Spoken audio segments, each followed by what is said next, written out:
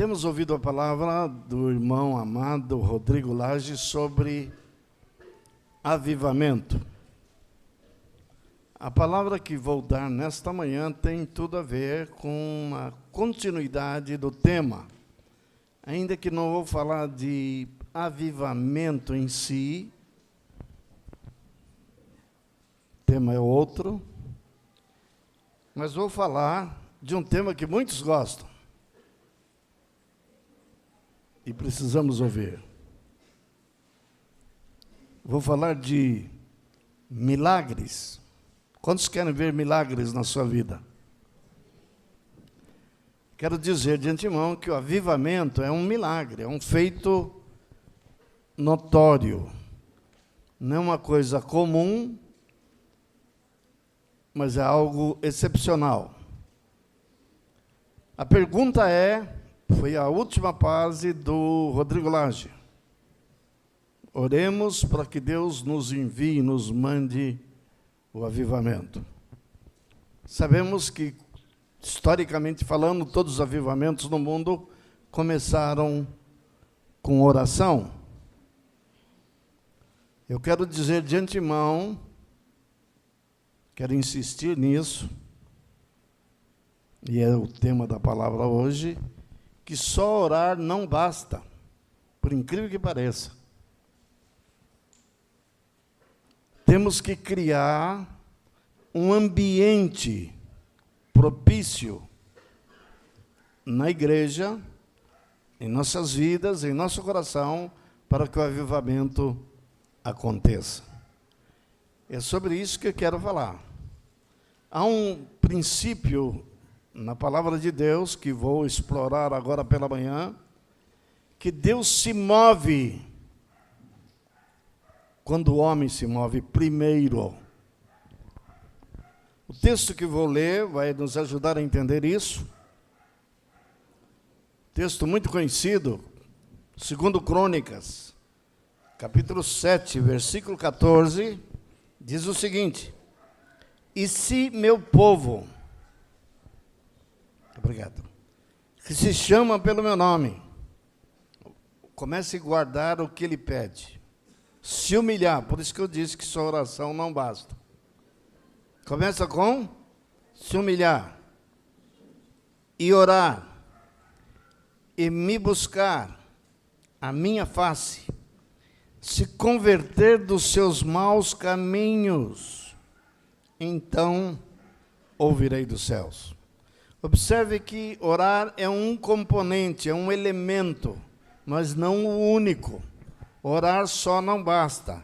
Ele fala de humilhação, fala de buscar a face do Senhor, fala de se converter dos seus maus caminhos. Então ouvirei dos céus e perdoarei os seus pecados e sararei a sua terra. Quero já chamar a atenção de vocês que é o próprio Deus dando instrução para o seu povo. Aqui o povo que está se referindo é Israel. A igreja não existia ainda, mas o princípio se aplica a nós hoje também. Queremos que Deus nos ouça, queremos que Deus faça prodígios e maravilhas entre nós. Quando é que Ele vai nos ouvir? Ele está dando instruções em que base Ele vai nos ouvir. Primeiro, vocês têm que se humilhar. Segundo, vocês têm que orar. Terceiro, vocês têm que me buscar. E buscar-me-eis e me achareis, diz o Senhor, quando me buscardes de todo o vosso coração. Deus quer ser encontrado por nós, mas essa busca tem que ser intensa e se converter dos seus maus caminhos. Mas eu já sou convertido? Certamente o é, senão sua oração não tem valor nenhum. Mas nós não cumprimos o que ele ordena a Josué. Medita na minha palavra de dia e de noite, e dela não te desvies, nem para a direita, nem para a esquerda, a resposta a esse pedido de Deus para o Josué, que ele não se desviasse. A tendência nossa é: conhecemos a palavra? Sim. Todos que estão aqui certamente conhecem a palavra em graus, medidas diferentes, mas conhecemos. Mas dela nos desviamos. E isso que é arrepender dos seus maus caminhos. Todas as vezes que desviamos da palavra do Senhor, nós pecamos. Estamos fazendo coisa que desagrada o coração dele. E é por essa razão que devemos converter dos nossos maus caminhos. Fala de arrependimento. Um outro texto que vai complementar esse e vai gravitar a palavra que vamos trazer hoje pela manhã é esse texto que Jesus ensinou. Aqui tem um princípio fantástico. Se nós, conhecendo esse princípio, aplicarmos esse princípio, vamos revolucionar nossa vida e a vida da igreja. Que princípio é esse? Vamos ler. Em verdade vos digo, tudo o que ligardes na terra será ligado no céu. E tudo o que desligardes na terra será desligado no céu. Também vos digo que se 2 de vós concordarem na terra acerca de qualquer coisa que pedirem, isso lhes será feito por meu Pai, que está no céu. Porque onde tiver 2 ou 3 reunidos em meu nome, aí estou no meio deles. Há várias coisas envolvidas nessa declaração de Jesus, mas eu quero chamar a atenção, talvez, da mais importante. A tendência nossa, como homens, como filhos de Deus, pecadores que somos, é acreditar que é o céu que comanda a terra. Pois Jesus está ensinando exatamente o contrário. O céu fica totalmente passivo, não faz nada, não há nenhum movimento se não houver um movimento primeiro na terra. A autoridade que Deus delega para a igreja, que Jesus está ensinando, é tão grande. Note que a igreja não está falando de indivíduos, de um homem ou de uma mulher. Quero já abre um parêntese. Se você tentar fazer a obra de Deus sozinho, você não vai chegar a lugar nenhum. A obra que ele confiou à igreja. Ele confiou a seu povo. Por essa razão, quando Jesus envia seus discípulos, seja os 12, seja os 70, ele diz o seguinte, que vão de aldeia em aldeia, de 2 em 2. Aqui ele menciona quando 2 ou 3 estiverem reunidos em meu nome. Por que ele diz 2 ou 3? Por quê? Qual é a resposta a essa pergunta? Ele está dizendo que o indivíduo não pode fazer isso sozinho. Quando ele fala 2 ou 3 e eu estarei no meio dele, ele está falando da igreja. A menor célula da igreja são 2. 2 ou 3. Basta isso. Portanto, não se arvore a fazer a obra de Deus ou cumprir o propósito de Deus, porque o Senhor te chamou para fazer alguma coisa extraordinária, sozinho. Nunca é para fazer sozinho. Já vi vários tentar fazer sozinhos e quebraram. Fracassaram.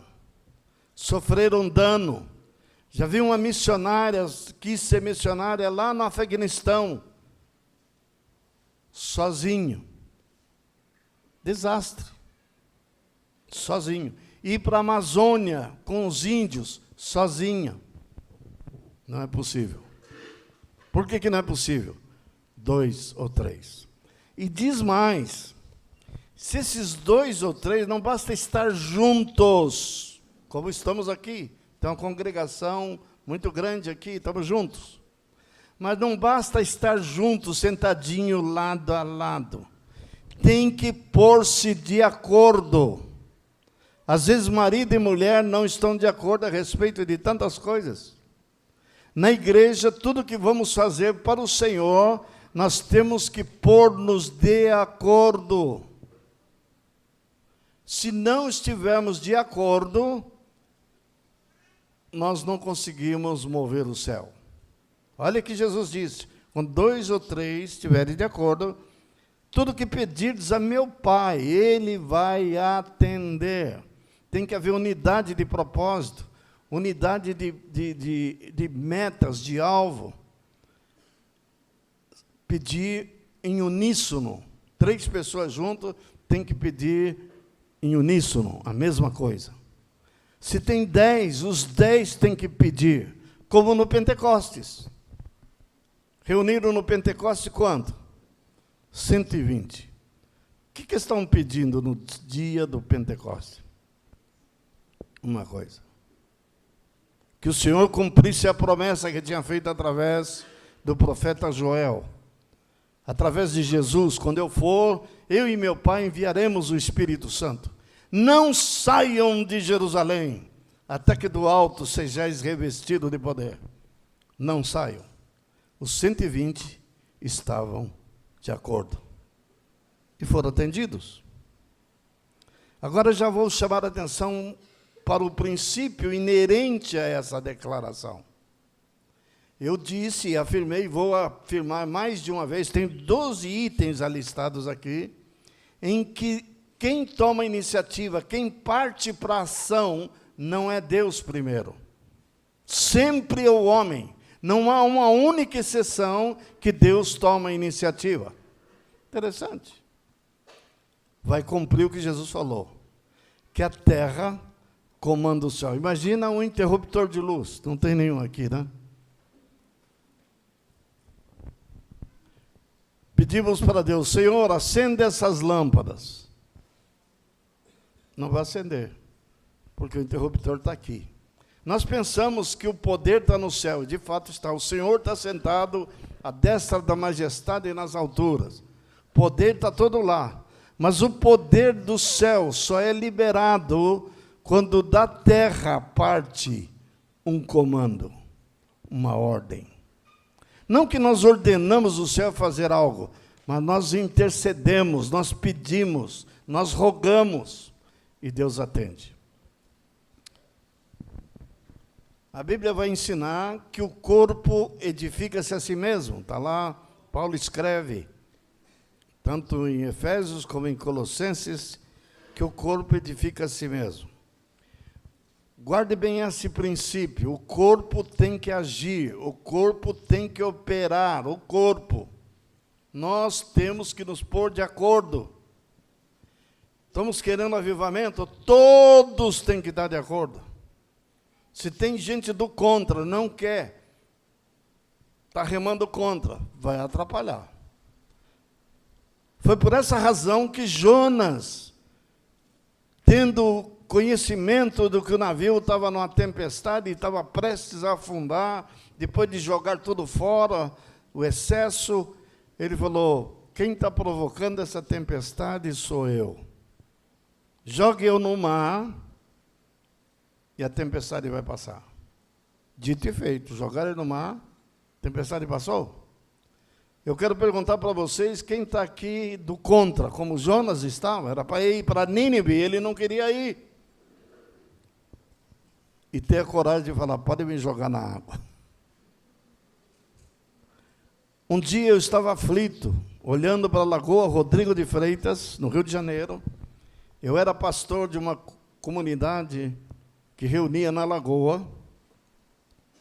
Estava aflito porque tinha muitos irmãos do contra. Muitos, não eram poucos. Eu falei, Senhor, até quando? Aí vi, lá tem um clube de regatas do Flamengo. Volta e meia estão treinando lá, atravessando a lagoa para lá, para cá. 10 homens e um timoneiro. 20 remos. Não, acho que só 10 remos. Cada um comanda um remo só, 10 remos. Deus me chamou a atenção para aquele barco. Falou, a igreja é igual a esse barco. Todos têm que remar junto, cadenciado, na mesma direção. Eu falei, mas na prática não é assim, Senhor. Tem aqueles que são do contra, estão remando contra. Então tem 9 remando para frente e 1 remando para trás. O que acontece? O barco vai para frente ou vai para trás? Vai para frente ainda. Aumenta o arrasto, aumenta a dificuldade de avançar. Mas o barco ainda tem 9 remando para frente. Mas, de repente, um percebe que um está remando para trás, eu não vou ficar remando aqui que nem maluco, vou parar também. Não vou remar para trás, mas vou levantar o remo. Não remo nem para frente, nem para trás. O barco continua 8 remando para frente e 1 para trás, né? De repente, mais um percebe e começa também contaminado, contagiado pelo que está remando para trás, remar para trás também. De repente, 50%, 5 remam para frente, 5 remam para trás. O que acontece com o barco? Pare e pense. Fácil de descobrir. Ele para, ainda que estão gastando uma energia terrível, mas ele não sai do lugar. Quando você diz a igreja está estagnada, você consegue perceber que a igreja não está avançando, não é que não tem ninguém remando para frente. Não é isso que está acontecendo. Tem gente que rema para frente. Cansado, exausto, desanimado. Mas a boa parte está remando para trás, ou não está remando nem para frente nem para trás. Está como peso morto. Aí eu fiz uma pergunta para Deus. Essa é a realidade da igreja. Tem gente remando para frente, mas tem gente remando para trás, e o barco está quase parando, ou já está parado, ou se tem mais gente remando para trás, aí que a tragédia é maior. Para onde vai o barco? Para trás. Em vez de ir para o alvo, ele vai para trás. O que eu faço com esses que estão remando para trás, Senhor? É o pastor perguntando. Sabe o que Deus me respondeu? Vocês não vão acreditar. Joga na água. Eles querem ir para lá, manda eles irem. A nado. O barco não serve para eles. O barco tem um propósito, tem que chegar lá no alvo. Eles querem ir para trás, pula na água. Que nem Jonas pulou. Mas, Senhor, eu não posso jogar na água. De fato, não é missão do pastor jogar na água. Mas eu posso convidar o cidadão.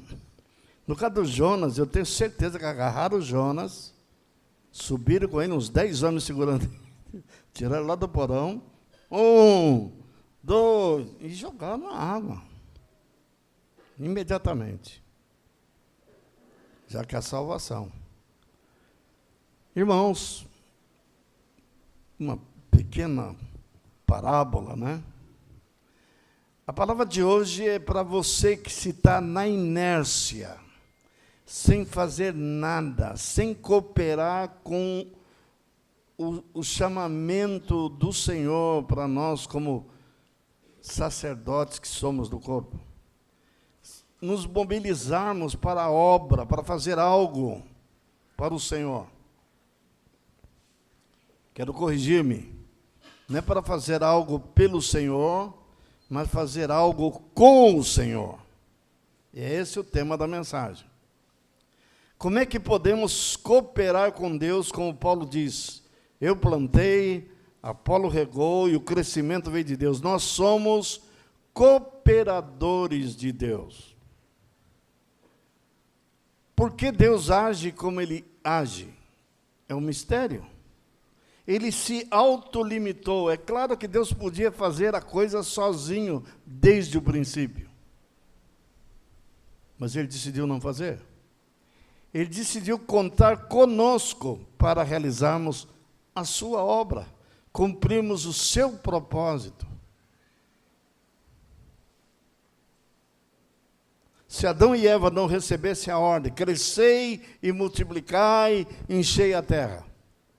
Adão e Eva decidiram, como alguns casais que conheço, não quero ter filhos, dá muito trabalho. Ia cumprir o propósito? Não. Observe que já no primeiro texto, se meu povo, que se chama se humilhar, há uma ação do homem. Humilhar é o homem que faz. Orar é o homem que faz. Buscar a face do Senhor é o homem que faz. Converter dos seus maus caminhos é o homem que faz. Quantas coisas o homem tem que fazer? Fazer quando? Primeiro. O homem tem que fazer primeiro. Então, eu ouvirei do céu. Em que situação, que circunstância que ele ouve? Pois como fizer a parte dele.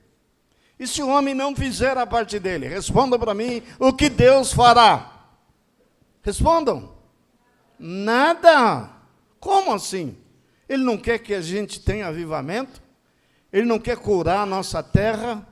Ele não quer salvar-nos da nossa desgraça? Obrigado. Ele não quer trazer mudanças nesse mundo? É claro. Mas ele espera que o homem faça a parte dele primeiro. O texto que Jesus fala é exatamente isso.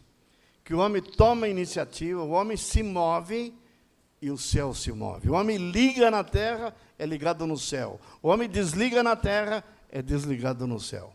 Então a terra comanda o céu. Esse é o princípio. Guarde bem. Vou repetir 12 coisas que eu encontrei na Bíblia. Tem mais, hein? Mas eu vou citar só 12. 12. E vocês vão ver que o homem é que age primeiro. Primeiro exemplo.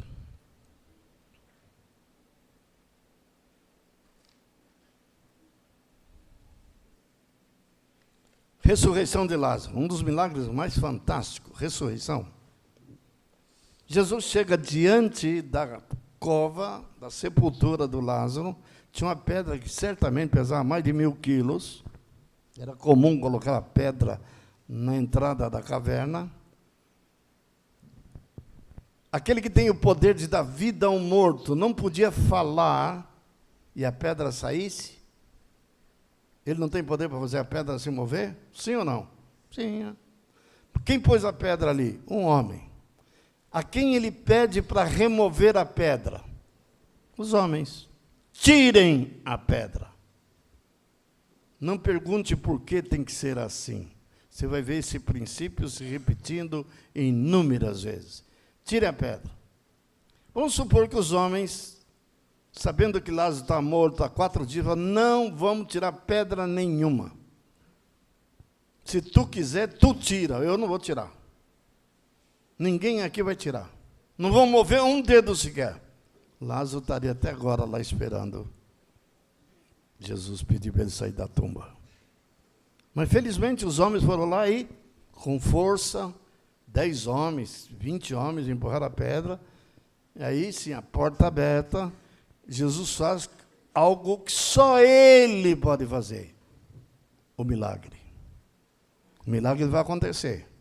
Primeiro o homem tira a pedra, depois Jesus faz o milagre. Observe que isso é uma constante em todos os milagres. Há algo que o homem fez antes do Senhor agir. Querem milagre na sua vida? Queremos. Pois então tem algo que você tem que fazer primeiro. Vamos descobrir o que é isso, tá bem? Estou citando da ressurreição de Lázaro. Segundo,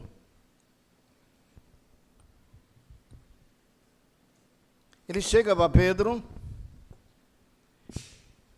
Depois de Pedro ter pescado, ele e seus pares, seu sócio, a noite inteira, não pegaram nenhum peixe, Jesus pede emprestado o barco para usar como plataforma para ele pregar para a multidão que estava na praia.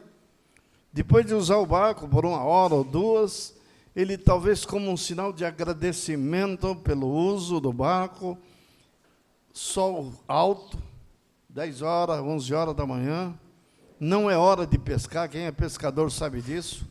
Se pesca ao cair da tarde, ao amanhecer ou a noite toda. Nunca de dia. 11 horas, meio-dia, o sol a pique. Jesus chega para Pedro e diz, lança a rede. Primeiro mandou se afastar um pouco, que estava bem na praia, no raso. Avança com o barco para aquele lado ali. Agora lança a rede. O que o Pedro tem que fazer? Lançar a rede. E se Pedro dissesse, pescamos a noite toda, foi o que ele falou, não pegamos nada, e vem tu dizer para lançar a rede, eu vou lançar não. Teria pescado um peixe sequer? Jesus tinha poder para fazer o peixe pular para dentro do barco? Sim ou não? Claro, mas jamais fará isso. Pedro, lança a rede. E Pedro diz, sob a tua palavra, lançarei a rede. Lançou. E veio 153 grandes peixes, a ponto de romper quase a rede. Encheu o barco e teve que pedir ajuda para outros virem pegar os peixes. Pesca maravilhosa. Um milagre. Primeiro Pedro teve que lançar a rede. Segundo item, né? Vamos ver o terceiro.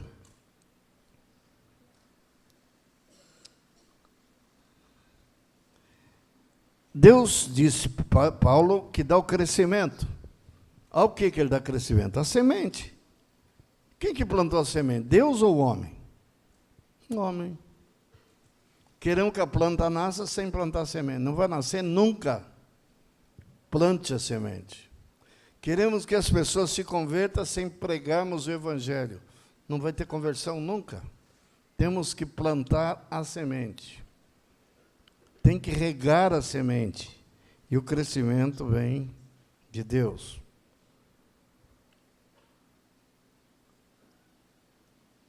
Ele multiplica os pães e os peixes. Fez um milagre, fantástico. Alimentou 5.000 homens, sem contar as mulheres e crianças. Mas como é que ele fez essa multiplicação? Ele mandou os discípulos perguntarem se alguém tinha um peixinho, um pãozinho. E tinha um menino, no seu farnelzinho, a mãe dele certamente pôs para ele, 5 pães e 2 peixes. Ou o contrário, eu nunca lembro se é 2 peixes, 5 pães e 2 peixes, não importa. Só sei que 5.000 homens comeram e sobejaram, sobraram 12 cestos cheios. Jesus não podia fazer descer peixe do céu? Claro. Ele diz que Deus é poderoso para fazer suscitar filhos de Abraão de pedras. Pegava umas pedras ali e transformava em pão e peixe e dava para a multidão. Ele não fez isso? Ele fala, alguém tem aí? Então ele multiplica algo que foi dado a ele. Ele parte de algo que já existe, que veio do homem. O menino fizesse a seguinte declaração: esse pão e esse peixe foi minha mãe que mandou, e a única coisa que eu tenho, e aqui não tem onde comprar. Eu não vou dar pão nenhum, eu não vou dar peixe nenhum. O que ia acontecer? Tu ia ficar com fome. Sempre uma ação do homem, um mover do homem. Mais um outro exemplo. Transformação da água em vinho.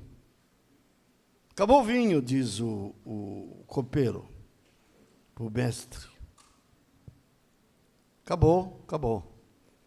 Aí falam para a mãe de Jesus, ele diz, vai ela falar com o filho dela. Meu filho, acabou o vinho. Ele dá uma resposta aparentemente mal criada, né? Que tem eu contigo, mulher? Para não dizer que pede para a mãe que o filho atende.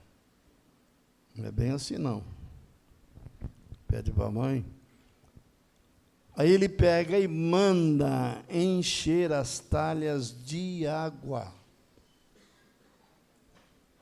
Manda encher de água. Pergunto eu, e se eles não enchessem as talhas de água? Não teria essa história na Bíblia. Estão vendo? Enche. Mas é para encher para quê? Enche, lança a rede, tira a pedra, traga os pães e os peixes. Sempre uma ação do homem antes do milagre. Milagre vem depois que o homem se move. Transformação da água em vinho. ele manda o Pedro andar sobre a água. Em que base que ele manda o Pedro andar sobre a água? Quando Pedro pede, Senhor, se és tu, manda eu ir. E o Senhor diz, vem. A iniciativa foi de quem? Do Pedro. Manda eu ir aí. E o Senhor diz, vem. E aí o milagre acontece. Mas um dos exemplos maravilhosos do Velho Testamento está na queda da muralha de Jericó. Muralha, irmãos, vocês não têm ideia. A largura da muralha é metade deste salão. Passava aquelas carruagens com cavalo por cima. Muralha de 20 metros de altura, dessa largura. Os homens que habitavam nessa cidade eram gigantes, acima de 3 metros de altura, os nefilins. Impossível eles vencerem esses gigantes com o armamento que eles tinham, eles eram escravos. A menos que Deus fizesse um milagre. Deus está disposto a fazer um milagre. Mas primeiro, vem sempre no primeiro. Josué. Moisés já tinha partido. Manda dar o povo dar 7 voltas ao redor da cidade. A cidade não era pequena, não, levava horas caminhando, o povo inteiro, no sol, marchando. Tomava água, estava marchando, homens, mulheres e crianças, todo o povo. Durante 7 dias, cada dia uma volta ao redor da cidade. No último dia, Deus ainda complicou um pouco mais. No último dia, eu quero que deem 7 voltas, num só dia. Se acharam cansativo os 7 dias caminhando ao redor, agora é 7 vezes num dia. Vamos perguntar, não custa perguntar, era necessário dessas voltas? Não é boa pergunta? Para que a muralha caísse? Claro que não. Por que Deus faz isso? Para aprendermos o princípio. E no último dia dê 7 voltas, e no final da última volta, toque as trombetas. Eu vou dar a volta, mas tocar trombeta eu não vou dar, não. Não vou tocar. A muralha não vai cair. Não só toca as trombetas, mas o povo inteiro tem que gritar ao mesmo tempo. E o povo gritou ao mesmo tempo. Então, veja a ação do homem, 7 dias dando a volta, no último dia, 7 voltas, tocar trombeta e gritar. Aí algum espertinho diz que é o ultrassom gerado pelo grito e pelo som das trombetas que as muralhas caíram. Ultrassom. Deus não precisa de ultrassom. Deus precisa da manifestação do poder dele. Ele com sopro derruba não só Jericó, vai derrubar o anticristo. Pronto, acabou. Ele faz o milagre que ele quer. Depois que o homem obedece o que ele determinou. Lembrei de outro caso, Naamã. Lembra do Naamã, né? Naamã, um general famoso lá da Babilônia. Ele veio para Eliseu curá-lo. Disseram que tinha um profeta lá em Israel que é pá. Ele orava e pá, as coisas aconteciam.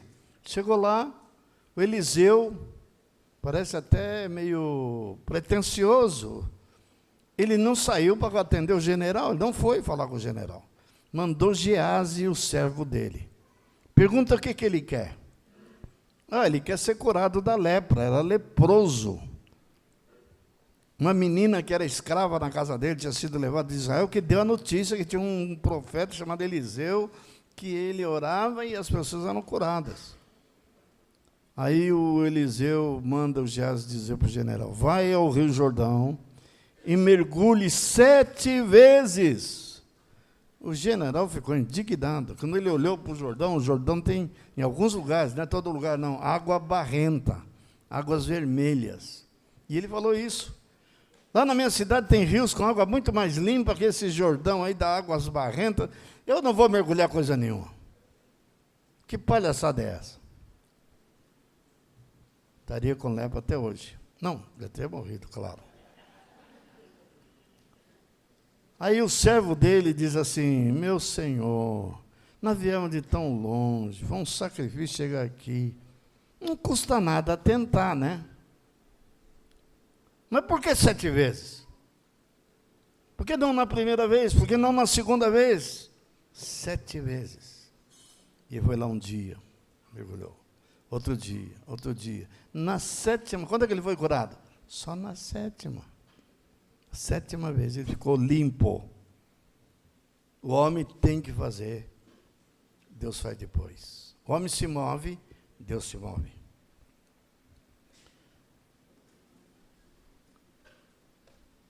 Na casa da viúva de Serepta, ele multiplica a farinha e o azeite. Qual foi a base dele multiplicar a farinha e o azeite? O profeta chegou na casa da viúva, que nunca tinha visto a viúva, nem a viúva conhecia ele. Ele falou, sou Elias, profeta do Deus Altíssimo, ele mandou aqui para você me sustentar. Que piada de mau gosto, né? Ela falou, só tenho uma porção de farinha e uma porção de azeite, vou fazer um bolo, vou comer, dá para meu filho e pá, vamos morrer. Ele falou, vai lá e prepara um bolo para mim. Estou 40 dias sem comer, mulher. Acho que ela se compadeceu dele e foi lá e fez. Obedeceu. E a partir daquela hora, não faltou farinha na lata de farinha e nem azeite para fazer o pão por dias e dias. Sustentou ela, o filho e o profeta Elias. Bartimeu era um cego de nascença. E diz o texto que em altos brados ele clamava por Jesus. Aí Jesus chega perto dele e pergunta, o que queres que eu te faça? Ele diz que eu veja.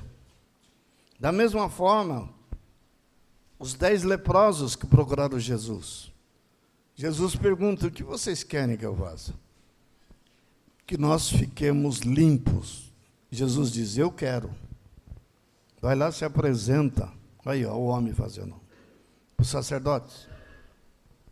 E se eles não fossem se apresentar para o sacerdote? Não iam ser curados.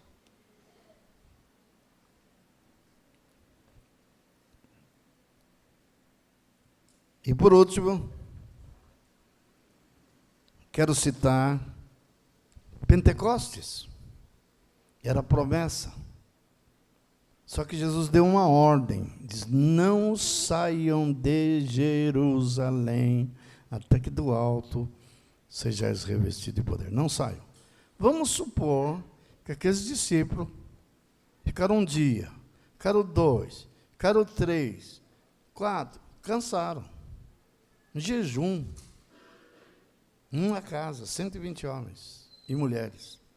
E começasse a sair e ir embora. 1, 2, 3. Todos fossem embora. Teríamos Pentecostes? Não. O homem tem que ficar junto, cumprir a ordem determinada. Uma vez que ele cumpre, Deus faz a parte dele. O princípio, portanto, que estou esclarecendo para os irmãos é: Deus não age sem que primeiro o homem haja. Moisés disse, se tu não fores conosco para Canaã, eu não saio daqui. Não saio. Risca meu nome do teu livro. Mas tu tens que ir conosco. Indo conosco, a situação já está extremamente difícil. Esse povo é rebelde. Está difícil. Agora imagina se o senhor não for. Vou ficar sozinho com essa encrenca. Era encrenca. Eu não queria ser pastor dessa gente, não. Aí, Deus diz para Moisés, diga ao povo que marche. Avance, marchar. Tem Moisés ferindo a rocha. Queria dar água para o povo. Deus diz, fere a rocha com o cajado. Vocês já viram sair água da rocha? Talvez alguma mina aí, né? Uma rocha seca, que representava Jesus. E Moisés, com o cajado, fere a rocha e ela começa a jorrar água para matar a sede de todo o povo. A água Deus vai fazer sair da rocha, mas a rocha tem que ser primeiro ferida pelo homem. Moisés feriu. O Mar Vermelho se abriu. Quando que se abriu? Você pode afirmar que foi Deus que abriu o Mar Vermelho. E eu afirmo para vocês que foi Moisés que abriu o Mar Vermelho. Como? Moisés pegou o cajado, levantou para o alto e disse para o povo: vede o grande livramento que o Senhor fará hoje. E feriu o rio, o mar.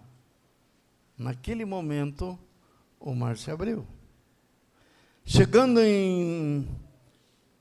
no Rio Jordão, mesma coisa.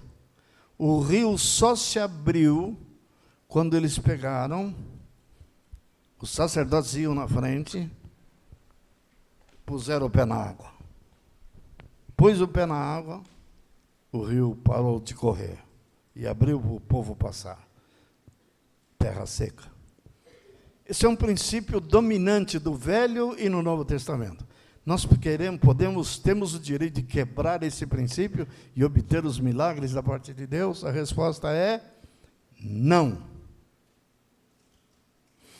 Querem avivamento? Queremos. Então, cumpram primeiro o que Deus determinou para fazermos.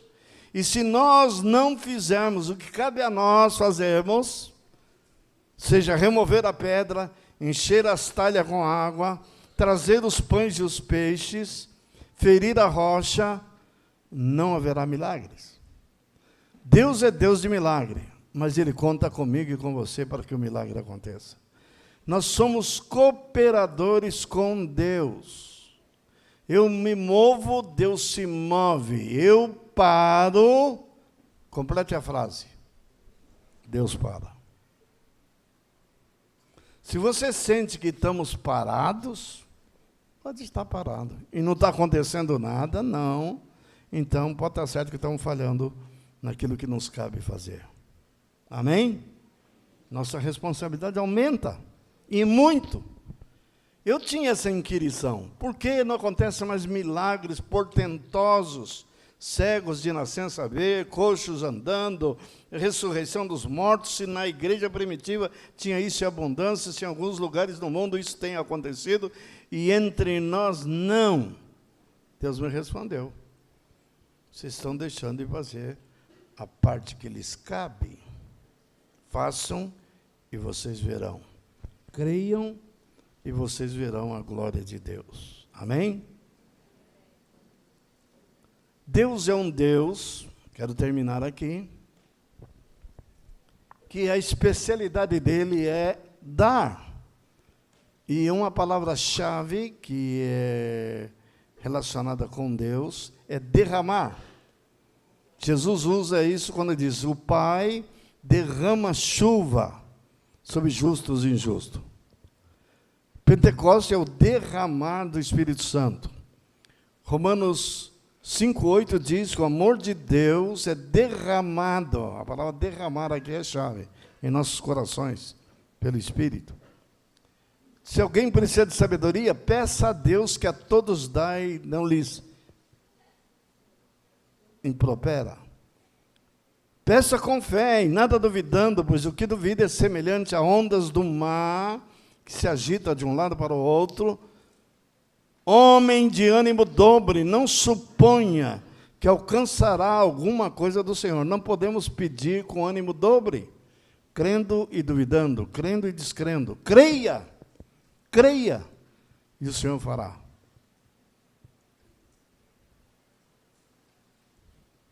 Tomemos pé da nossa real situação. A falta de ação por parte do homem, sua inércia, sua paralisia, sua omissão, ou sua total falta de comprometimento, leva a frustrar aquilo que Deus quer realizar. Ele se vê impedido de fazê-lo por causa do imobilismo por parte do homem. Quando o homem não pede, não busca, não bate, não se interessa, nada vai acontecer. Buscar-me-eis e me achareis, quando buscardes de todo o vosso coração. A pergunta que fica no ar é o que devemos fazer para que Deus possa fazer a parte dele. Quero terminar aqui.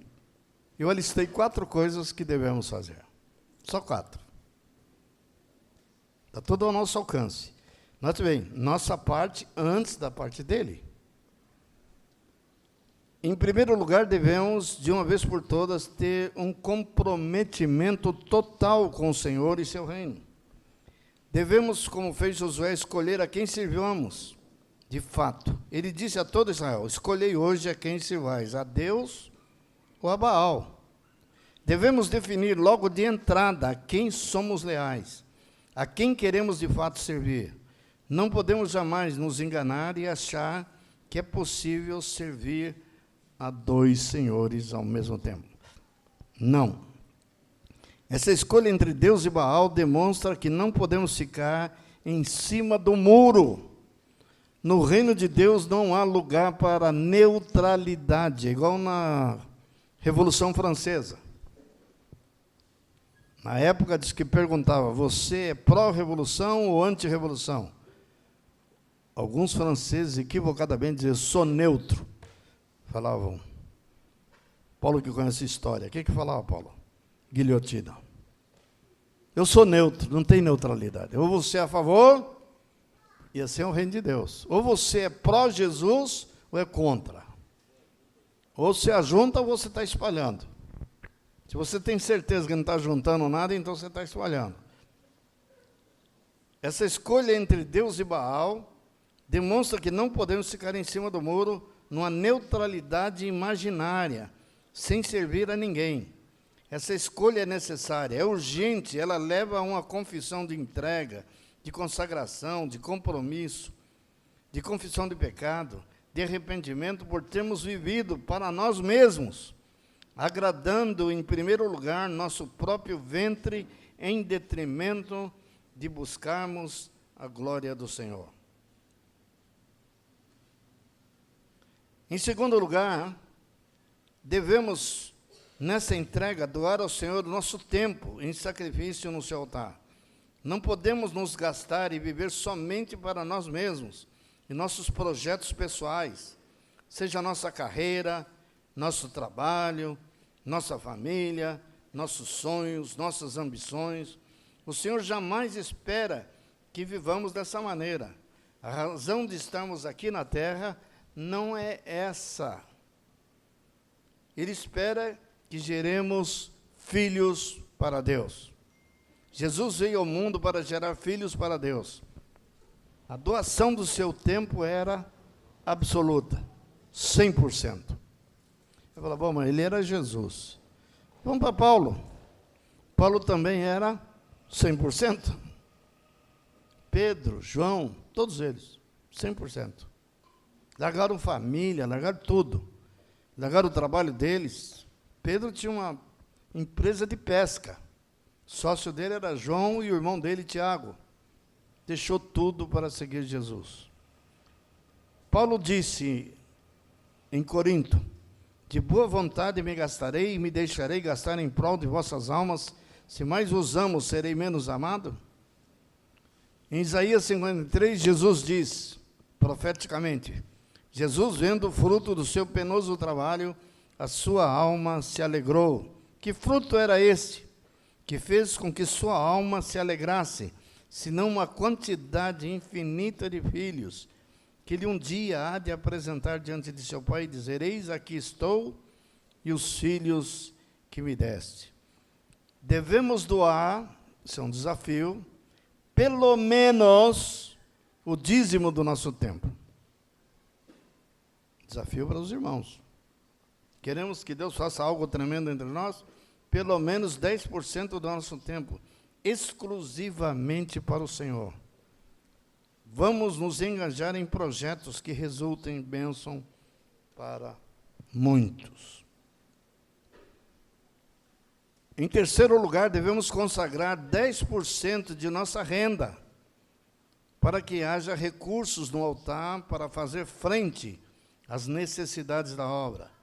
Devemos ser generosos quanto às ofertas. Não podemos nos fixar somente nos dízimos, mas também nas ofertas voluntárias, nas ofertas alçadas, nas ofertas de acordo com as necessidades, como fizemos hoje, para abençoar o irmão. Os avarentos não herdarão o reino dos céus. Devemos acumular riqueza no céu e não aqui na terra. O mundo passa, bem como a sua concupiscência, mas aquele que faz a vontade de Deus permanece para sempre. Nos projetos de Deus sempre é necessário recursos, e às vezes recursos em grande monta. Muitos entre nós têm sido álvaros, retendo o que o Senhor diz pertencer a Ele, e mesmo assim esperam ser abençoados, quando não são generosos, desprendidos no dar e receber. Não semeiam nada e esperam colher muito. A Bíblia ensina, que é um princípio que eu aprendi com o Atmani, a Bíblia ensina que o Senhor é dono do ouro e da prata. No entanto, esse dinheiro está nas mãos do inimigo, Satanás. O Senhor somente dispõe como seu dinheiro o que está no altar.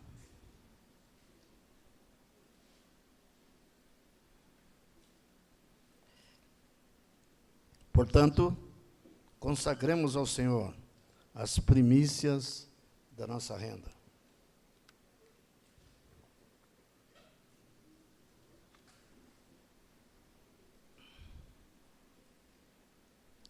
Ele distribui talentos.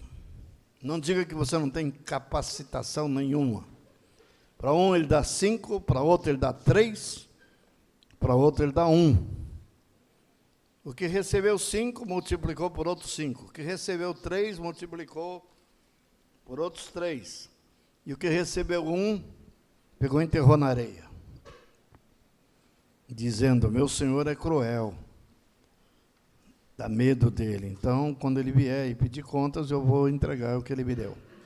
Ele quer que nós multipliquemos o que ele nos deu. Devemos, portanto, investir também 10% de nosso trabalho na obra do Senhor. Jesus disse, eu trabalho e meu Pai trabalha até agora. A pergunta que devemos fazer é, que trabalho é esse que a Trindade está envolvida? O trabalho que faz é voltado inteiramente para o crescimento do reino de Deus aqui na terra.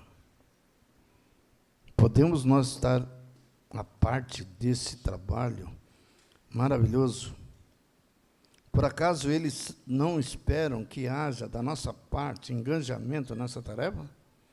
Será que toda a nossa árdua tarefa é buscar acumular bens aqui na terra e não nos céus? O que vamos levar para o céu? Você vem para o nu, você nasce aqui nessa terra nu, sem nada.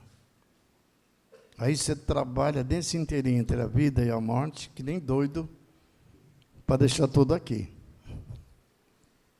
Para os outros. Você não leva nada. Mas podemos levar uma coisa para o céu. E devemos nos aperceber disso o quanto antes melhor. Sabe o que levamos para o céu? Se você falar nossas obras, mais do que isso. Você tem que levar vidas. Apresentar vários lá no céu como vidas que você ganhou. Amém? Esse é o nosso chamado. Vidas. Eis aqui estou e os filhos que me deste. Jesus levou vidas. Paulo levou vidas. Nós devemos levar vidas. Não levamos nem um tostão furado. As roupas bonitas, carro bonito, casa bonita, nada. Nada, nada, nada. Só o que fazemos para o Senhor é que vamos levar. Que Deus nos ajude a entender esses princípios e praticá-los. Que Deus prometeu derramar o Espírito Santo sobre nós.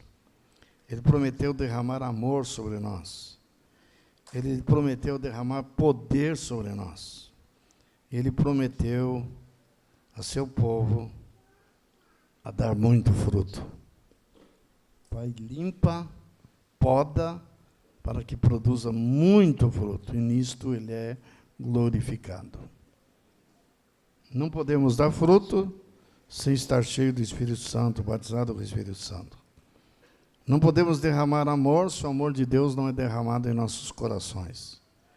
Não podemos derramar poder e unção se nós não estivermos cheios desse poder e dessa unção. Que Deus nos abençoe nessa manhã e nos faça conscientes. O avivamento virá, mas primeiro nós temos que alinhar nossa vida com Ele. Amém? Deus seja com todos nós e nos abençoe. Milagre, sim, mas há um mover do homem para que esse milagre aconteça. Amém. Senhor, te louvamos por esta manhã, te louvamos pela vida dos irmãos, te louvamos pela palavra que foi ministrada e que nos traz luz sobre como tu ages e como tu espera que nós ajamos. Muitas vezes estamos esperando por ti e ficamos de braços cruzados esperando o céu se mover, o Senhor se mover, quando na verdade o Senhor diz: eu quero que você se mova primeiro. Ensina-nos a termos essa intrepidez, essa fé necessária para começarmos a andar. Que nós não devemos trabalhar para o Senhor, mas devemos trabalhar com o Senhor, junto com o Senhor. E quando nós nos movemos, o Senhor se move juntamente conosco. Bendito seja o teu nome, por esta clareza que tu nos dás, e nos ajude a entender esses princípios e praticá-los. Em nome de Jesus. Amém.